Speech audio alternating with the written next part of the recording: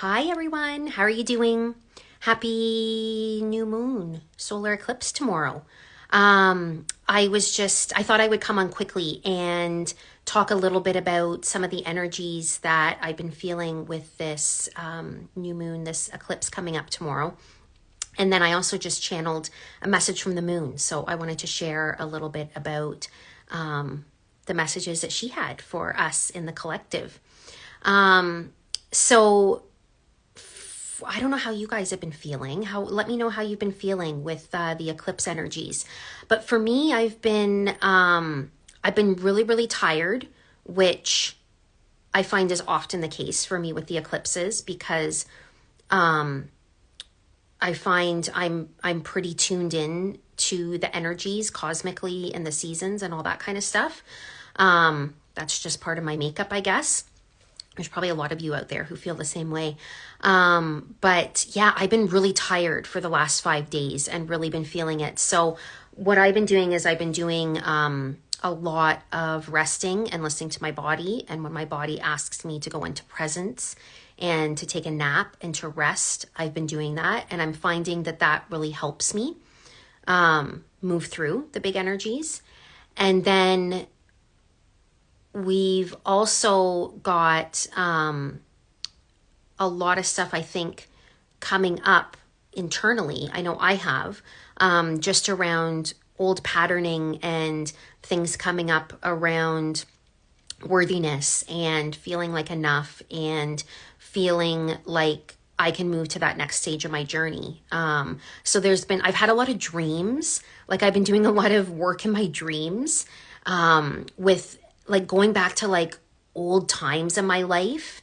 And I started to notice that a lot of the themes around these old times are places where maybe I didn't feel like I could be myself, or I felt like the odd one out, or like the oddball or whatnot. So when I was reflecting on these dreams, I was noticing that that was definitely a theme. And I think for me, that's really coming up to be burned off. I'm hearing burned off with this solar eclipse, with this beautiful Aries energy, which I love because I'm an Aries sun and I have my Mars in Aries and I have my Venus in Aries. So I really like the Aries energy. I like Aries season. And I'm really feeling like they're showing me now an image of a fire sort of burning all this old stuff off to help me get prepared for that next part of my journey. And hi Beck, how are you? So yeah, so I'm really, really looking forward to that. And just, a big part of the messaging too is just, for me anyway, is really listening to my body and listening to what my body wants and not just bypassing it when it tells me to rest, and really honoring my body and understanding how it's so important that it's a clear vessel to receive this information, so that I can be of service to myself and be of service to any soul client family out there. That's really important for me. And that's a really big lesson that I've learned this winter, around listening to my body. It's super important, and taking those rests and just being more in presence, because it's going to help me for that next journey. But I was also shown a card from the tarot deck when I was connecting in with the moon. She showed me this card, and it just feels like this card is really representative of the energy that I'm feeling into right now with this eclipse and what's on offer with it. But it's the star card. So the star card here, the star card, which is aligned with Aquarius energy. And the star card is all about shining your brilliance, shining your true self, shining your true spiritual self, really stripping down to who you are, and what you're all about. And I'm just seeing these beautiful jugs with water, and I'm hearing emotions, going down into our emotions, getting into those emotions, and really speaking to them and listening to them and understanding them. As scary as that can be, emotions, that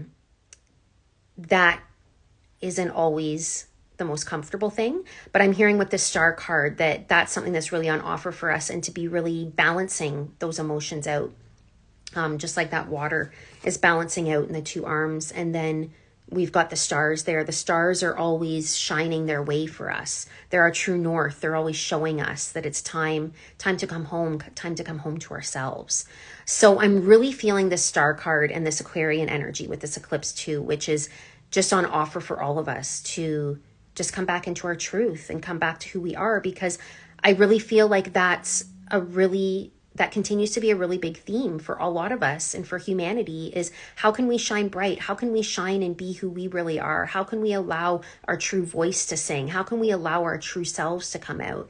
And I mean, that's something that I'm constantly looking at, for me, especially for someone like for me, that's one of my big lessons in this lifetime, is to be okay with stepping out and shining my own unique light, and showing who I really am, because like there's a lot of past trauma and past wounding around that for me, not only from this lifetime but from other lifetimes where I was harmed for being who I really was. So it was really reminded, it really came home to me yesterday when I was looking at my chart, and I have my North Node, which is my purpose in this lifetime. It's what my soul signed up for in this lifetime, is in my 10th house of career. And it's in the sign of Leo, and Leos are meant to be here and shine bright and hold that brave lion heart, even when they feel different. They shine on that stage. And my midheaven is also right there beside my North Node. So my soul wants to embody this bright light Leo energy. And I think that this eclipse is just helping me get closer to that for that next journey. But I wanted to read now the channeling that came through from the moon, because I feel like she has a lot of really beautiful guidance for all of us right now with this eclipse. So she said, "The fires, they burn and they tumble and they dance and they weave around you and in you and through you and up to the cosmos and back, but they show you the way through the fire, leaving the fire like the phoenix and rising high. Let it hold you, let the fires in your heart and in your soul shine, and let them hold you and let them show you who you truly are. For this is a time to be you, to be who you truly are, to let my warm gaze, my warm light fall on you and hold you and keep you safe.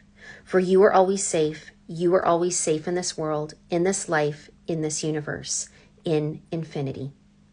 Let the fire burn. Don't be afraid of it. It is here to show you the way, to show you a new way, to show you back to who you really are. Feel me hold you. Feel me love you. For I am always here for you, always, for your highest good, for your light, for you are the light that is here to shine. Shine like the phoenix, like the heart, like the star that you are, bringing your unique medicine home, home to you, home to the world, and home to humanity."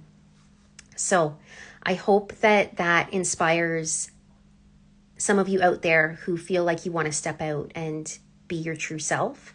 And even though it might seem scary, it's actually the best thing you can do in this lifetime. And this eclipse is really supporting us with that. And the moon really wants us to know that she's got our back. She always has our back. All of the planets do.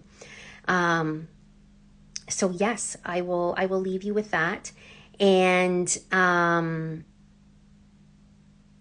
I also just wanted to mention about the planets, and not just the moon, but how all of the planets have our back, and how beautiful their messages are, and how much they really are here to help us, and how much they want to help us. So if you ever have any questions about my planet readings, always feel free to send me a message, or you can check out my website, which is in my link tree on my profile.